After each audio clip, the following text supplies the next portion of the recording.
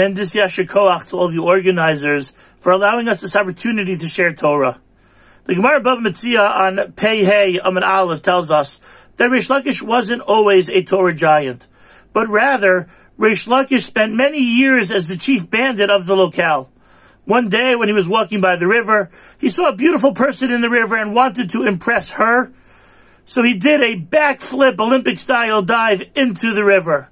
However, upon landing, he discovered that it was actually Rabbi Yochanan who said to him, Chelech le'oreisa, if only you use these unbelievable talents that you have for Torah. Rish Lakish eventually joins the Beis Medrash of Rabbi Yochanan, and one day, there's a machlokes. We know that Kalim can only become Mikabel Tumah only when they're finished, upon completion.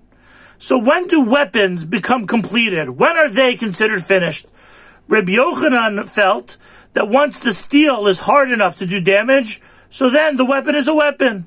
But Rish Lakish said there's actually one step further, because one of the greatest advantages of a weapon is if the shine comes off the weapon that scares the enemy, and then the holder of the weapon doesn't even have to use it, the enemy runs away. So it's only when the shine is completed, a process involving water, that's when the weapon is considered finished, and it can become Mikabel Tumah.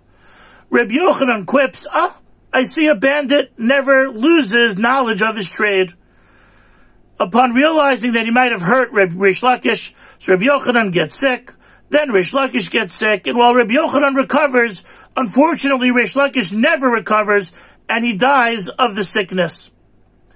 Rabbi Yochanan needs a new chavrusa, so they bring up Rabbi Elazar ben Pedas, and when they start learning, Rabbi Yochanan realizes what he really misses about Rish Lakish, because every time he told Rabbi Elazar, who was a Torah giant in and of himself, he told him a pshat, he gave him a theory.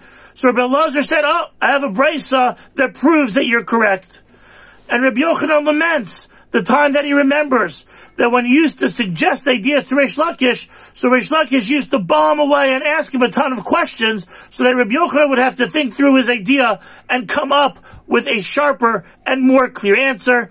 Eventually, Rabbi Yochanan walks around saying, where are you, Bar Lakisha? Where are you, Bar Lakisha? And he's so distraught that Rabbi Yochanan passes away as well. I once heard Rabbi Ari Khan suggest that this Gemara very well explains a mysterious comment in the Gemara in Yuma. The Gemara tells us on Pei Vav Amud Beis that Gedola Teshuva is so great that it turns Zedonos, sins that we've done on purpose, it turns them into Zechuyos. Now that's crazy magic. What does that mean? That there are some people that work hard and watch themselves and they do mitzvahs all the time and they get tremendous merit, while there are others who bezadon on purpose. They'll eat the things that are not prescribed by the Torah. They'll talk about things that the Torah does not approve of. They'll do a whole slew of averos on purpose, and when the time comes, they'll do genuine tshuva, and they'll be in the exact same place. They'll have the exact same number of merits. How does that make any sense? So Rabbi Khan suggested it's not stam black magic, that if you do tshuva, so then sins that we've done on purpose all of a sudden turn into merits, but it's a specific type of sin that we are talking about. If the sin helps us realize what talents and what strengths that we have, if it awakens us to abilities that we never realized that were within us, and we channel those talents and abilities for Torah, so then the sins have an important place in our history, an important place in our lives. Where do we see this? From the story of Rish Lakish. What was great about Rish Lakish is that Rish Lakish always attacked Rabbi Yochanan. Where did he learn how to attack Rabbi Yochanan? Because it was all those years when he was the chief bandit. And he sat on the road. He saw people attack. That's what I do. Attack, attack, attack. And because he learned the midah that made him ultimately great in Torah, he learned that b'derech aveira, that aveira turns into a merit because it allowed him to reach his greatness.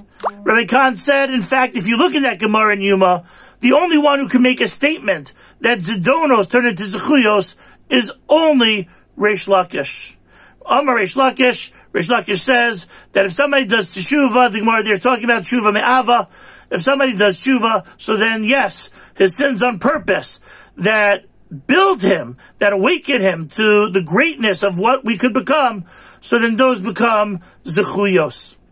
It should be Hashem's will that as we go through this Elul, ani lidodi, that in order to realize that we are in a love relationship with Hashem, first we have to have honesty about who the ani is.